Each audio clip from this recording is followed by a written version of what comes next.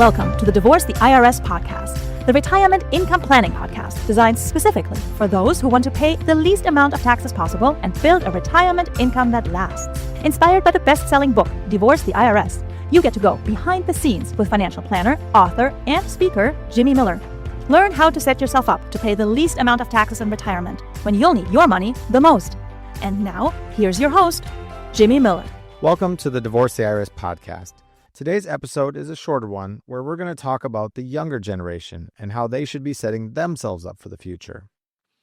One of the biggest crimes in America is happening to younger people across the country, and it's sad to witness.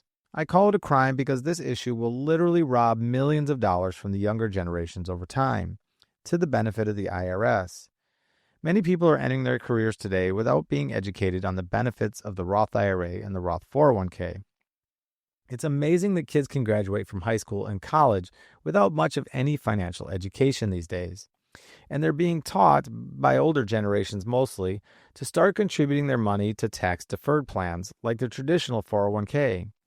Not many young people are good at saving money, but for those who are, it's a shame how many of them start with contributions to tax-deferred plans, especially when they're probably in the lowest income tax brackets they will ever be in. When someone starts their first real job in life, they usually earn the least amount of money they will ever make. Think back to your first job and how much money you made. It seemed pretty great at the time, but can you imagine living on that money now? Probably not. And I'll bet you were in a lower tax bracket back in those days as well. Why would a young person want to save on taxes, or more accurately put them off till later, when they are only paying 10 or maybe 12% in taxes? As a single person in 2026, you can earn up to $66,500 in America and still be in the 12% marginal tax bracket. Also in 2026, married couples stay in the 12% bracket until their combined earnings reach $133,000. This encompasses most people and their early career salaries. Let's take a look at an example and consider Travis. Travis just got his first real job out of college, and the company offered him a starting salary of $70,000 for his first year, and he couldn't be more excited. He wants to do everything right, so he signs up for the traditional 401k his new company offers on the recommendation of his parents. He reads the conventional wisdom that he should put 10% of his salary away for retirement and decides that is what he'll do. This gets him $7,000 in pre-tax contributions his first year.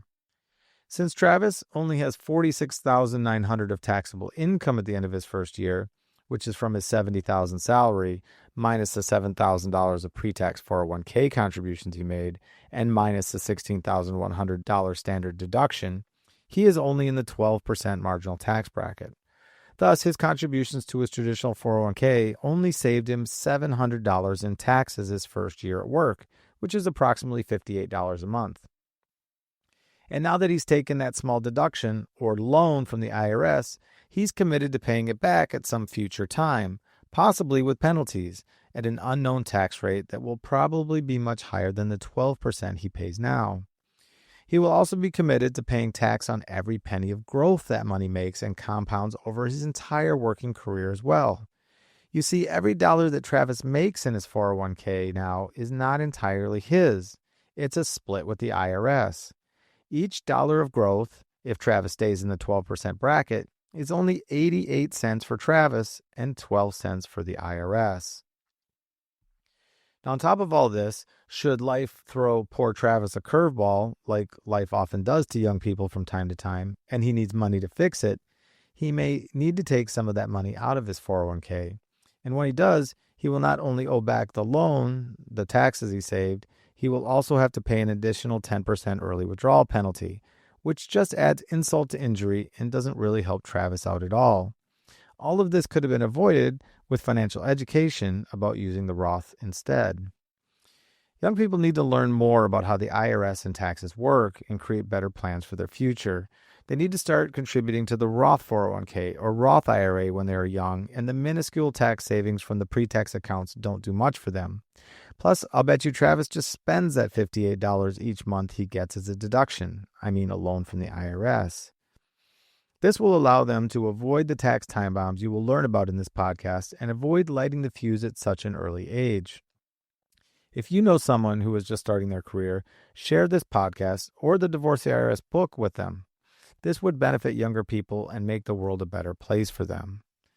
If you don't want to borrow from the IRS each pay period and create a tax lien on your future, consider shifting your savings to the tax-free bucket using strategies we will discuss in upcoming episodes. If you don't have an adequate emergency fund already, shift your savings to meet this goal first, and once accomplished, pay off any high-interest debt or credit cards before shifting to tax-free savings. When you contribute to this bucket, you will save the full contribution.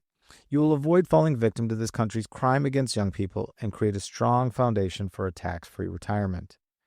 In the next episode, we're going to look at why you shouldn't be taking advice from your tax preparer, and while good-intentioned, their advice is likely harming you. See you there.